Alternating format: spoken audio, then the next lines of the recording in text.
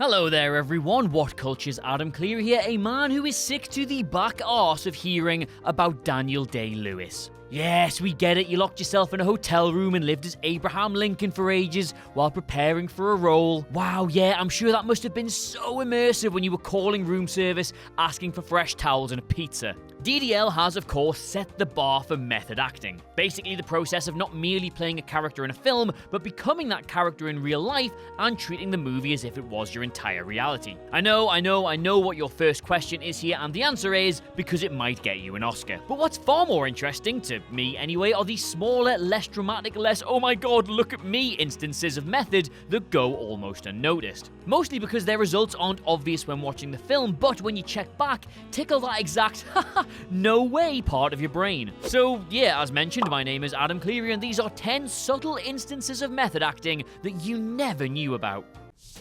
Sorry to interrupt everybody, but before we begin, I have to tell you about today's sponsor, and that is Raid Shadow Legends. Raid is a brand new free-to-play RPG that is taking the mobile gaming world by storm. In just 3 short months, it has amassed a player base of over 10 million people.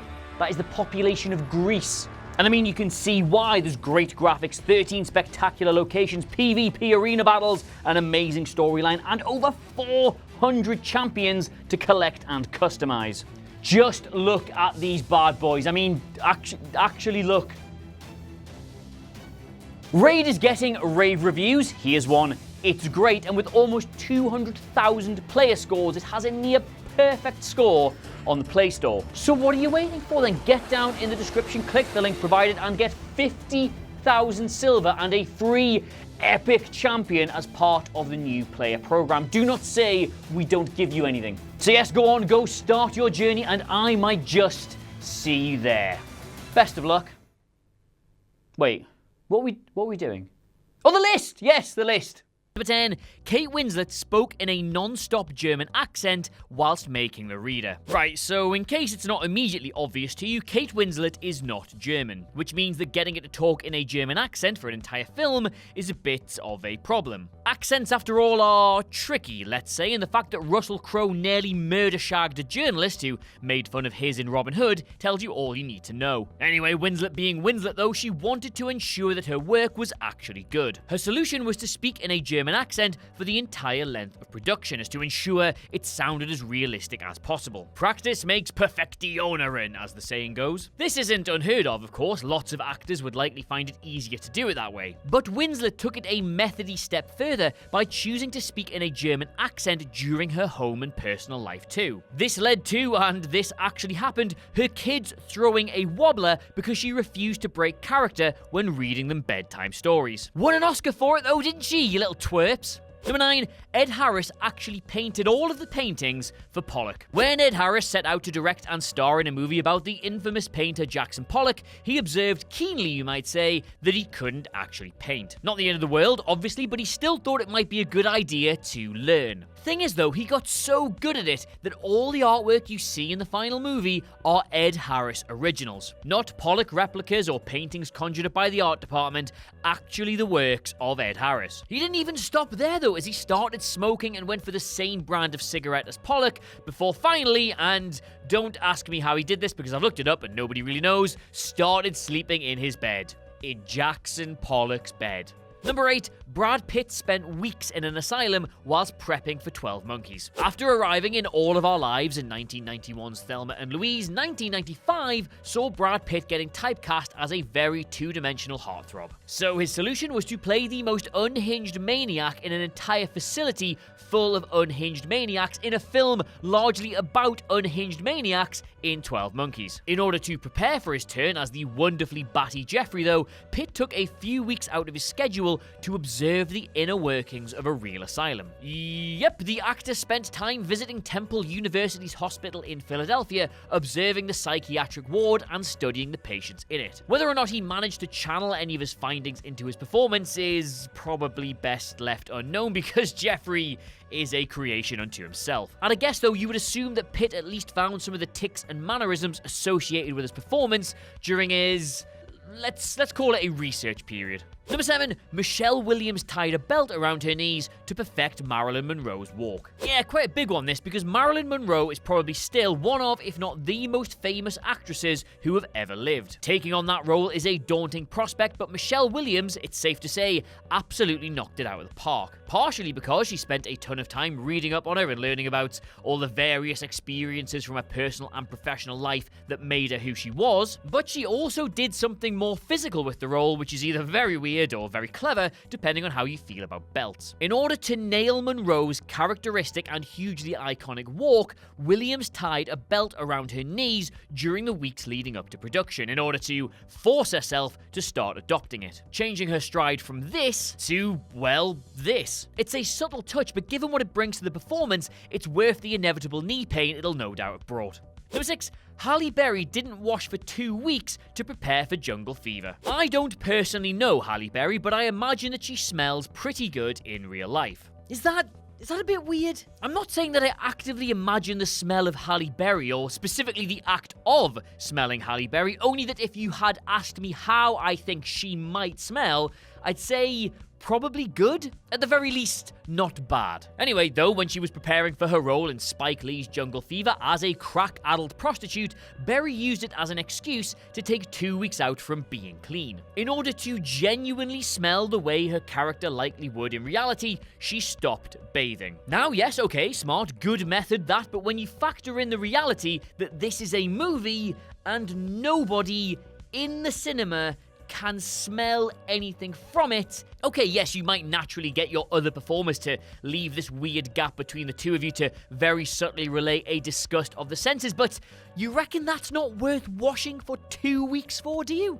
Number 5, Al Pacino actually tried to arrest a truck driver during the making of Serpico. Yeah, alright, so easiest way for me to word this is that Al Pacino is a lot of things, but an actual legitimate police officer with the powers of actual legitimate police officers, he is most definitely not. He's an actor, obviously, that's why he's in this list. Before I continue here, I just want to address the fact that the title of said list is Subtle Instances of Method Acting, and that the following story is about as subtle as a rancid 2-day-old warm beer fart inside of a spacesuit. But it does still sort of count because of how underreported it went. Anyway, during the making of iconic cop flick Serpico, Pacino found himself so immersed in his character that one day whilst driving, he pulled over a truck driver and threatened to arrest him for exhaust pollution. Again, just want to reiterate here that Al Pacino is not a policeman, but the idea of him waving his prop badge around on the side of the road while some poor truck driver stands there wondering why Al Pacino is trying to arrest him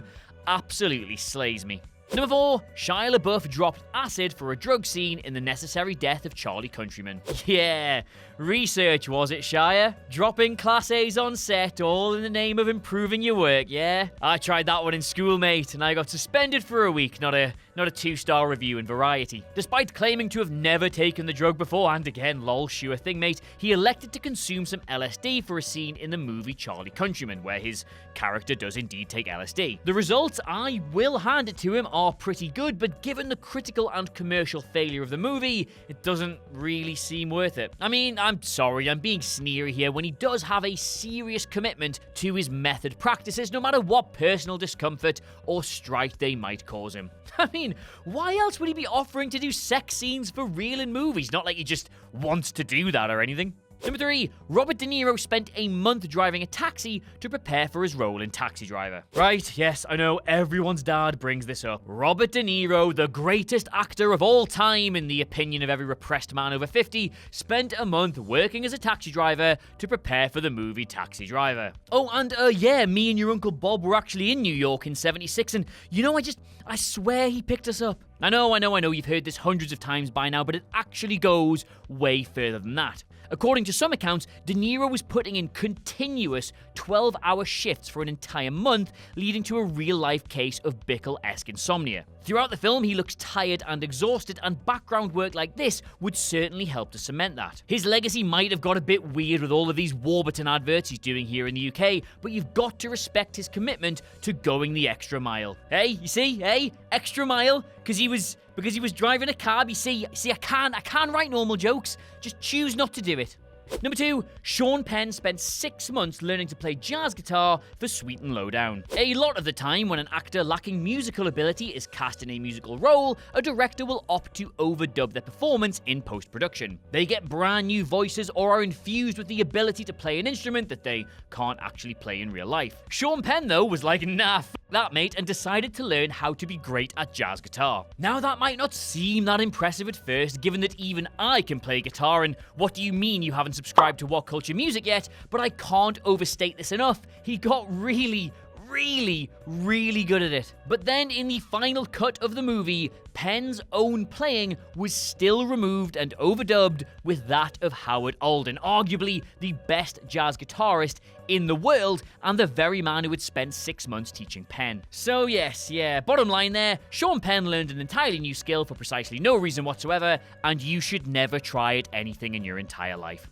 Number 1, Billy Bob Thornton filled his shoes with crushed glass for Sling Blade. Okay, so bit of background here because I hadn't seen this either. Sling Blade is a movie about a guy named Carl who, having been released from the psychiatric hospital where he's lived since killing his mother aged just 12, befriends a young boy. A heartwarming tale for the whole family, I am sure, which Billy Bob Thornton wrote the screenplay for, directs, and stars in as its central and titular character. One creative decision he chose to make, and remember that fact, was to give his partially handicapped character a kind of shuffle when he walked. This effect, which again was entirely his idea, was achieved by putting crushed glass in the base of his shoes. Yes, so every time you see Billy Bob taking a step in this movie, he is stepping on pieces of broken glass. And to ensure things were kept consistent, he did it in every scene as well. Once again, entirely his creative decision to have this walk, entirely his decision to do so with broken glass in his shoes. Look, I get that you want to be good at your job and stuff, but why decide to do that when you could just decide to do literally anything else instead forever? So there you have it, 10 subtle instances of method acting that you never knew about, which now you do because, let's face it, I am a legend. Let us know what you made of it all in the comments below, and of course don't forget to like, share, and subscribe. In the meantime though, thank you so much for watching. I have of course been Adam Cleary, a man with all the subtlety of launching a brick into a box of plates, and I'll see you soon.